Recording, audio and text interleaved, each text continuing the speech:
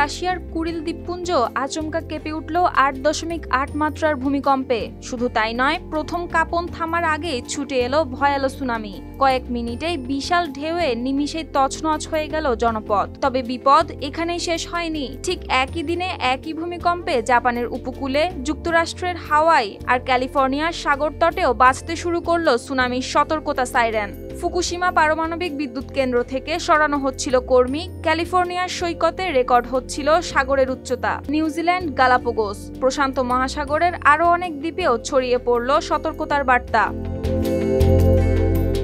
৩০ জুলাই বুধবার ভোরে রাশিয়ার পূর্বাঞ্চলীয় পেট্রাপাভলভস্ক কামচাটস্কি শহর থেকে মাত্র ১২৫ কিলোমিটার পূর্বে ভূমিকম্পটি আঘাত হানে ১৯ কিলোমিটার গভীরতায়। ইউএসজিএস নিশ্চিত করেছে, এই কম্পন ছিল ১৯৫২ সালের পর প্রায় ৭৩ বছর পর সংঘটিত সবচেয়ে শক্তিশালী ভূমিকম্প। প্রাথমিকভাবে কোনো ধরনের হতাহতের খবর পাওয়া না গেলেও ক্ষতি হয়েছে কিন্ডারগার্টেন সহ অনেক স্থাপনার।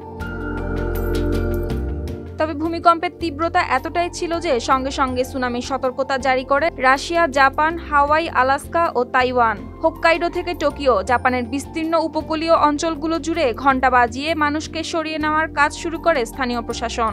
নদী ও উপকূলের আশেপাশের এলাকা ফাঁকা করে দেওয়া হয় জরুরি ভিত্তিতে। জাপানের অন্যান্য এলাকাতেও জারি রয়েছে সুনামি সতর্কতা। কিন্তু প্রশ্ন, কেন হয় এই সুনামি? পৃথিবীর ভূত্বক আসলে নানা টুকরো টেকটনিক প্লেট দিয়ে গঠিত। এক একটা প্লেট যেন বিশাল পাজলের টুকরো। এগুলো বছরে কয়েক সেন্টিমিটার হারে ধীরে ধীরে নড়াচড়া করে। কখনো একে অপরের উপর চাপ দেয়, আটকে যায়, আর চাপ বাড়তে বাড়তে হঠাৎই একসময় জায়গা বদলায়। এই বিস্ফোরণেই হয় ভূমিকম্প। আর যদি এমন কম্পন ঘটে সমুদ্রের নিচে, তখন সেই শক্তি চারদিকে ছড়িয়ে দেয় সমুদ্রের পানি। বিশাল জলরাশি একসঙ্গে উঁচু হয়ে ছুটে আসে, এটিই হলো ভয়াল সুনামি। এ সময় ঢেউয়ের উচ্চতা হয় সাধারণত কয়েক ফুট, আর গতি গড়ে ৪৫০ থেকে ৬০০ মাইল প্রতি ঘন্টায়। কিন্তু এই ঢেউ উপকূলের কাছে এলে উচ্চতা আরও বেড়ে যায়। কিছু ঢেউ ১০০ ফুট পর্যন্ত উঁচু হতে পারে, যেখানে মাত্র ১০ থেকে ২০ ফুট উঁচু ঢেউই যথেষ্ট এক একটি জনপদ মুছে দিতে। আরও আশ্চর্যের বিষয়, কুরিল দ্বীপপুঞ্জ কামচাটকা উপদ্বীপ, জাপান, প্রশান্ত মহাসাগরের এই অঞ্চলগুলোকে বলা হয় রিং অফ ফায়ার।